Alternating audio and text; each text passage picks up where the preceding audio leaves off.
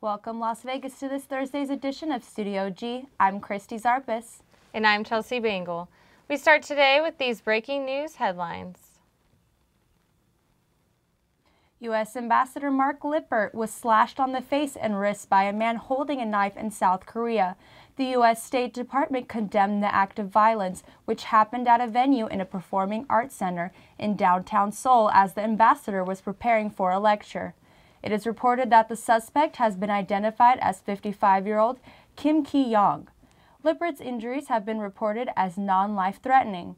He was taken to the hospital where he received 80 stitches. He is said to be in good spirits.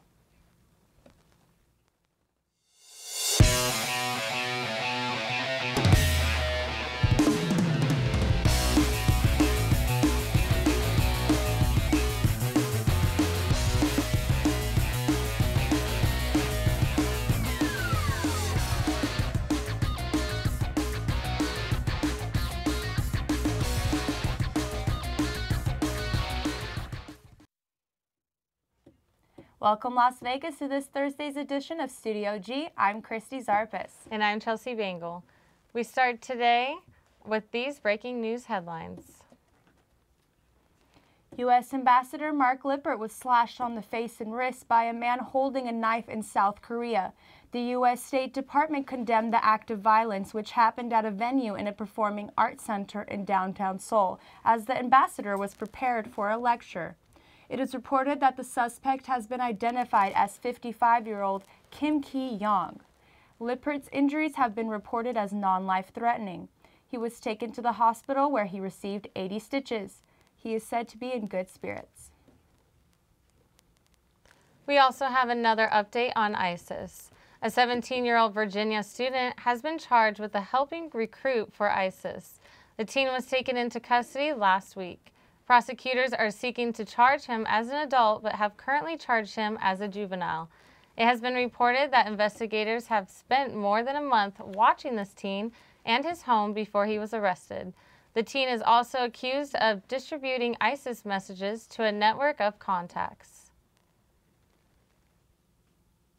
In local news, 3 people are dead after a shooting at the Broadstone apartment complex on the west side of the valley. The only survivor is the gunman, who remains in critical condition. Police said they don't know what set off the 21-year-old male. When officers arrived, they found all 3 of the victims on the floor. 1 woman died on the scene while the other 2 died at the hospital. Neighbors reported hearing anywhere from 8 to 10 gunshots along with screaming. A developing story out in Oxnard has uncovered the cause of what really happened in the train crash that injured almost 30 people. We bring you more details on the accident that happened last week. The accident turned deadly when 62-year-old Glenn Steele passed away in the hospital as a result from the crash. The driver responsible for leaving his truck on the track that caused the accident belonged to Jose Alejandro Sanchez Ramirez. Prayers and thoughts are with Mr. Steele's family. Thought that he couldn't be involved in something that could lead to the loss of life. It is hard for him to emotionally deal with. Ramirez says he accidentally drove on the track after trying to make a turn on 5th Street from Rice Street. He later ditched his truck, leaving it on the track when he saw the train coming his way. Now Ramirez could be facing stiffer charges on an accident that officials hope to monitor in the future. Just to consider more charges than we would have considered before, but it's too early to tell, what charges might be appropriate. We're hoping that hopefully this will be the last death the city of Oxnard allows at that intersection. They've known for quite some time now that's a dangerous intersection, and we've had now multiple losses of life in the same location. I think it's time for the city to take some proactive action and stop the problem from ever occurring again. Ramirez was arrested earlier this week but was released without any charges. More investigation needs to be completed, making a formal filing decision on the case, according to the Ventura County District's Attorney's Office. Israeli Prime Minister Benjamin Netanyahu addresses both houses of Congress this weekend, but without the invitation former President Obama. This controversial speech followed the AIPAC policy conference in Washington, D.C., where UNLV students lobbied our Nevada representatives. Traveled to the nation's capital over the weekend to lobby Nevada state representatives with AIPAC. After the Prime Minister of Israel, Benjamin Netanyahu, deliberates for a better strategy in a nuclear deal with Iran, the students and thousands of AIPAC members from across the states joined their representatives to lobby for a better deal. I feel a profound obligation to speak to you about an issue that could well threaten the survival of my country and the future of my people: Iran's quest for nuclear weapons. Protesters gather in front of the AIPAC policy conference in Washington, D.C. this weekend, but they weren't there protesting the current deal. Instead, they're just against AIPAC's initiative to strengthen the U.S. and Israel relationship. The Prime Minister doesn't seem that threatened, though. Israel and the United States will continue to stand together because America and Israel are more than friends. We're like a family. We're practically mishpucha. Now, disagreements in the family are always uncomfortable, but we must always remember that we are family. Nancy Pelosi gives her opinion. I went, I listened, I was disappointed. But Obama does not seem that moved either. The Prime Minister didn't offer any viable alternatives. Let's wait until there's actually a deal on the table that Iran has agreed to, at which point everybody can evaluate it. We don't have to speculate. Netanyahu and Israel supporters continue to fight for the safety of Israel. For Studio G, I'm Dina Banning. 50 congressmen and women did not attend Netanyahu's speech on Tuesday, but many who did are in roaring support of the revamping deal for a nuclear Iran. Coming up after the break, your national news with Monica Medrano. Nearly 3,000 abused and neglected children live in foster care in Clark County because they cannot live safely at home. The CASA program is here to help these children live in safe, permanent homes. By volunteering with CASA, you can make a difference by becoming the voice for these children. Apply now at casalasvegas.org.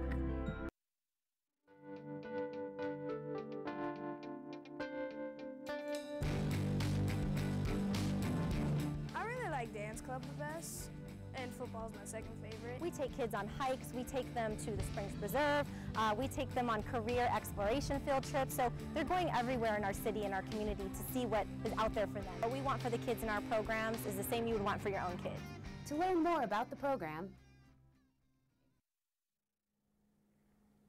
Welcome back from the break. My name is Monica Medrano, and I'm here to fill you in on this week's national news. The Ferguson Police Department is under investigation after a report released Tuesday showed a pattern of practice of racial discrimination. The Justice Department's Civil Rights Investigation notes that 88% of cases that documented use of force were against African Americans. Although this group makes up 67% of Ferguson's population, they also accounted for 85% of drivers stopped by police. The review also indicated that African Americans were twice as likely to be searched by police, yet 26% less likely to actually possess contraband. Now, as detailed in what I will call our searing report, and it is searing, also released by the Justice Department today, this investigation found a community that was deeply polarized. A community where deep distrust and hostility often characterized interactions between police and area residents. A community where local authorities consistently approached law enforcement not as a means for protecting public safety, but as a way to generate revenue. A community where both policing and municipal court practices were found to be disproportionately harmful to African American residents. Looks like the Department of Homeland Security won't be running out of money anytime soon, or at least not until September. The new bill passed with 267 votes and now only awaits President Obama's signature.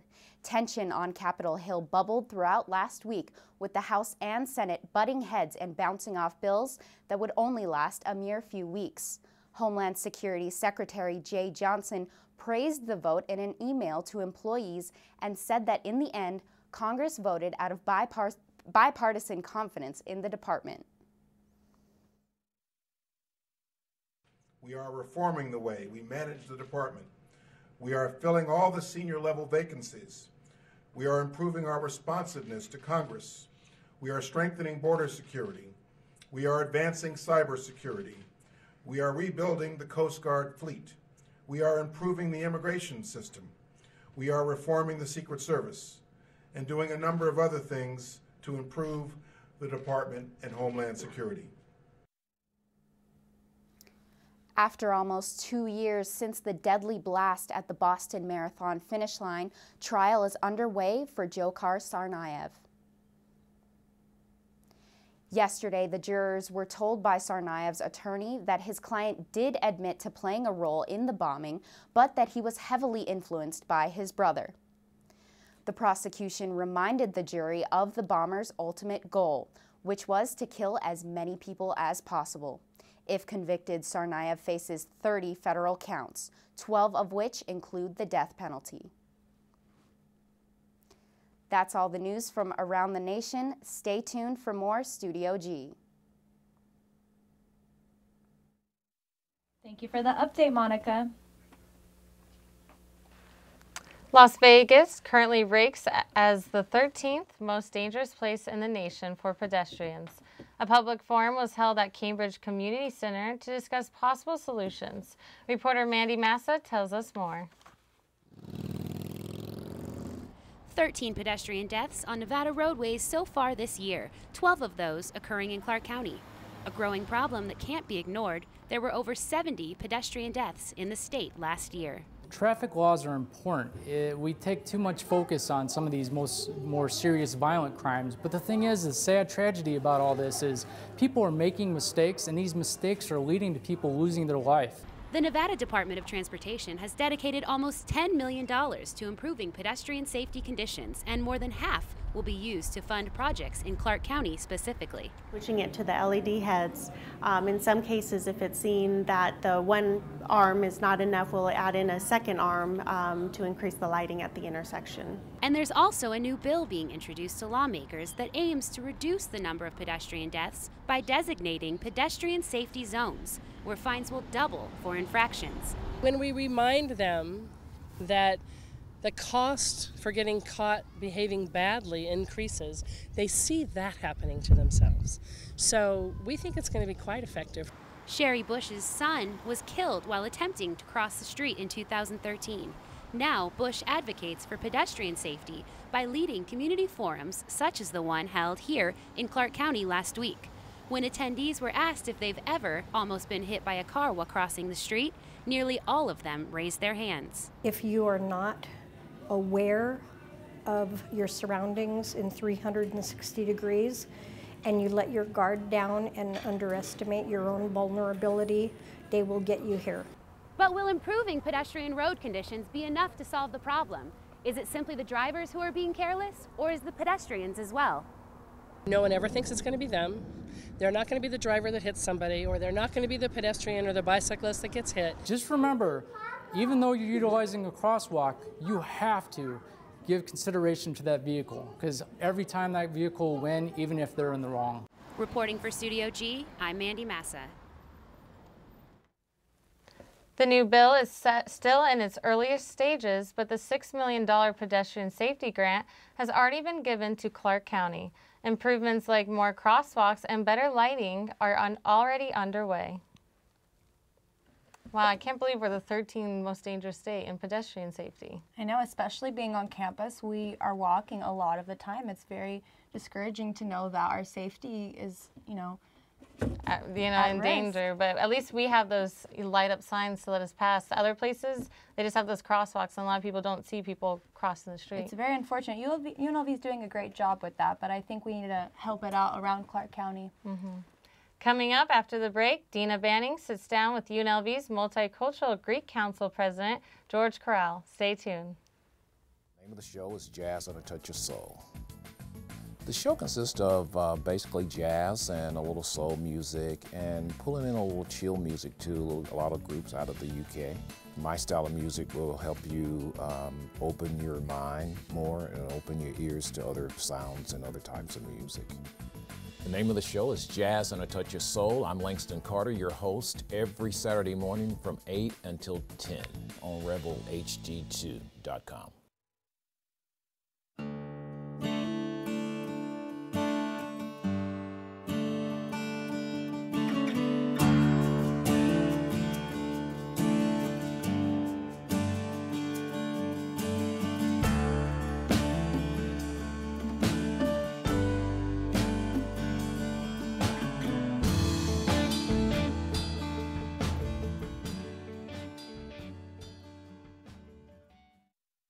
Yeah, exactly.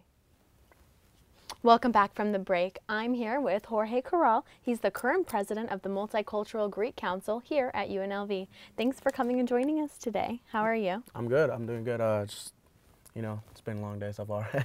Awesome. Okay. Well, can you tell us a little bit about the Multicultural Greek Council? The council, it consists of 11 organizations in total. It's 5 fraternities, 6 sororities, and we're also looking into a new sorority.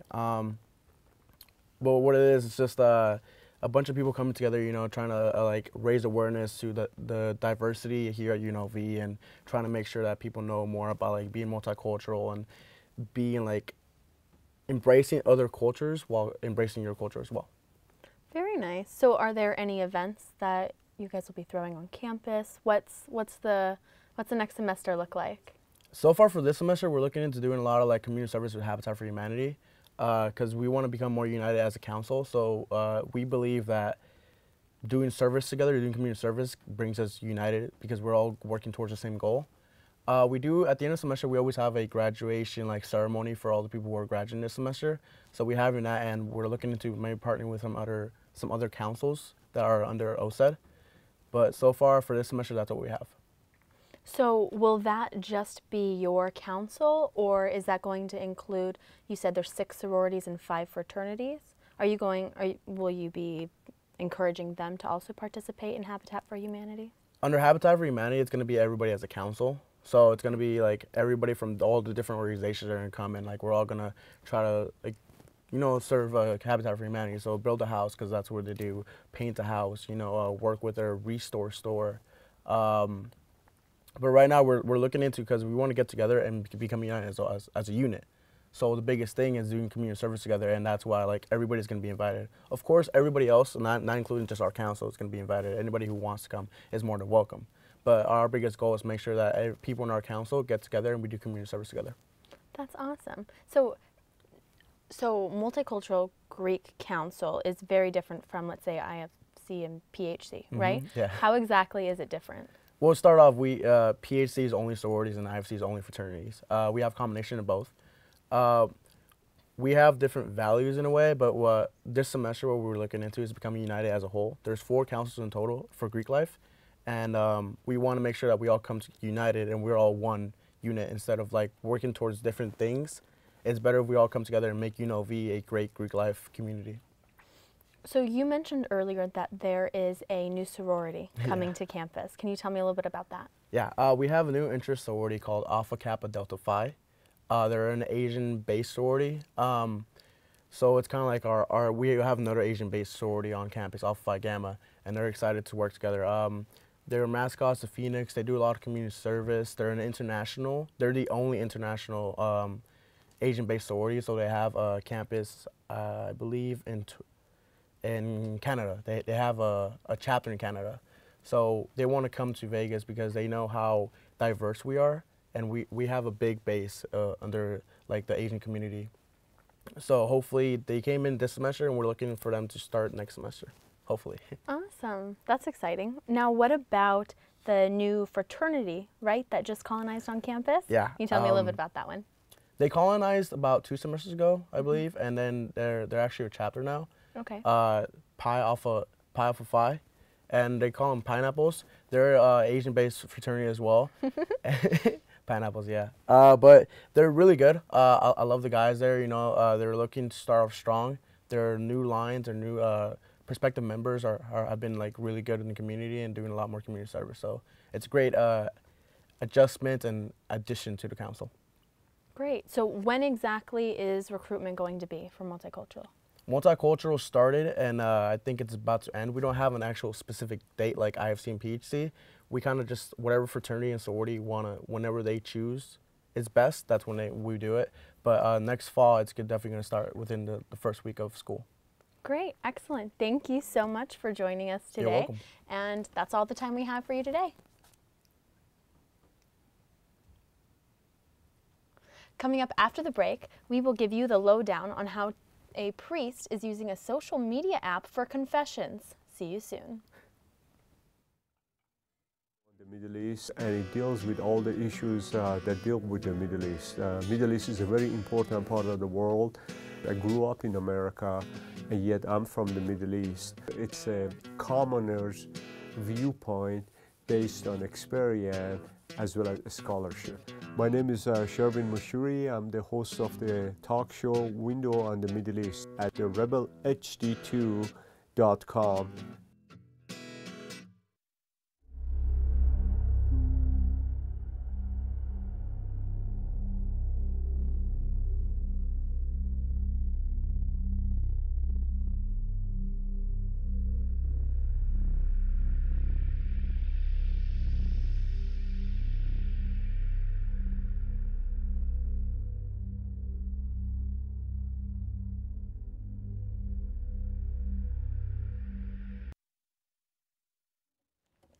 Today marks the world's oldest person, Miso Okawa's 170th birthday.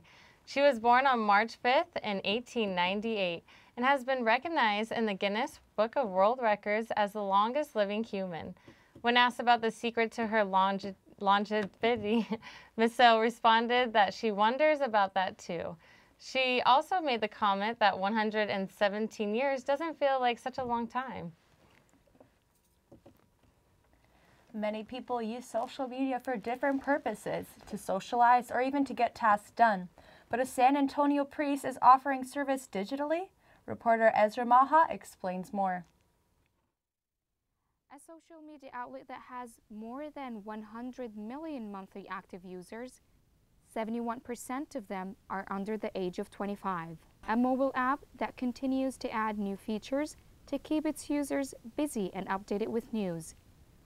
Snapchat. Recently, a priest in San Antonio says he is offering confession service through Snapchat. Other faithful believers disagree with the idea. It's not confession. It's not what the sacrament is all about. For those who don't know how Snapchat is used, Snapchat is a photo and video messaging applications where users control the recipients and the time videos and photos are viewed, which means these photos will disappear after it's viewed. I asked people how they felt about the idea. Here's what they said. People are gonna go with it, but I think the traditional way is better. You know, going to church is always better. It's the simplest way, I guess. You know, and Snapchat is kind of shady for that kind of stuff. So a Snapchat I don't know, I just feel like people wouldn't take it as seriously. I think it's an awesome idea. I think if you can get your confession done, then get it done. If it's through Snapchat, it's through Snapchat, but it's better than not doing it at all, I'd say, if you're really into your religion. I think confessions should be held face to face. It's like an apology, you know. It was reported through local news that he wants to stay anonymous, but his service will be available on the app March 2nd through the 16th. For Studio G, this is Esra Maha. If you own a smartphone, then you can download Snapchat. A recent update to the app now allows you to wire money to another person. It's just showing you another way how social media is changing how we do everyday tasks. If you're looking for a fun evening out and was not wanting to travel to the Las Vegas Strip, the Red Rock Hotel and Casino offers locals the perfect show for you. Alyssa Stein has more. Las Vegas locals know better than anyone else where to find the best entertainment in Las Vegas. That's why they have voted Zoe Bowie the Best of Las Vegas Award 4 times. And make me feel just right. Thought this was kind of like my version of Disneyland, where most kids my age would want to go see Mickey Mouse. I wanted to come see Wayne Newton, and I did, and I loved Vegas so much that over the years I noticed that many of the shows that I liked and the feeling of Vegas that I used to love kind of disappeared. And so, quite frankly, instead of looking for it, I decided I'm going to create it myself, and so that's why I'm in Vegas. Keep that true essence of that maverick spirit that this city was based on in the first place alive and well. Chris Phillip, known as Zoe Bowie, has been performing for 31 years and has been catering to locals all over the Strip. He motivates me to come up and dance on the dance floor. I mean, I usually am the one that's sitting in the back. I'm super shy. I never want to go up and dance. And once he says get out and get on the dance floor, he's saying Uptown Funk You Up by Bruno Mars. It was over. His high voltage show with his fiancée Lydia Ansel on electric violin and singer Neve Malandra can be seen in the Rocks Lounge inside the Red Rock Hotel and Casino. The trio welcome locals and never charge a cover fee. The thing that's very important to me, and I've always stood very firm on this, is that we never want to charge people to come to see us. We want to think that this is something where locals especially could come and just have a great time. If you have 20 bucks in your pocket or $2,000, it doesn't matter. With celebrating 9 years at Red Rock Hotel and Casino, Zoe Bowie doesn't plan on going anywhere anytime soon. For Studio G, I'm Melissa Stein. Zoe Bowie performs live on Friday nights at 10 p.m. Wow, he looked very entertaining. Yeah, I agree. I'm just kind of still stuck on that Snapchat thing. I think that it's about time I get paid for my entertaining Snapchats. I know, it's crazy though that they started off with just pictures and now they want to use it for confessions and other things. That's a little weird. I think that's something that should be done personally. Who knows where that's going to go? Who might be the priest at the end of the phone? You might be the next person on Tosh.0 getting made fun of. There you go. You never know, right? Well, thank you for tuning into today's show. Be sure to join us tomorrow for a live magazine show. Have a great day, Las Vegas.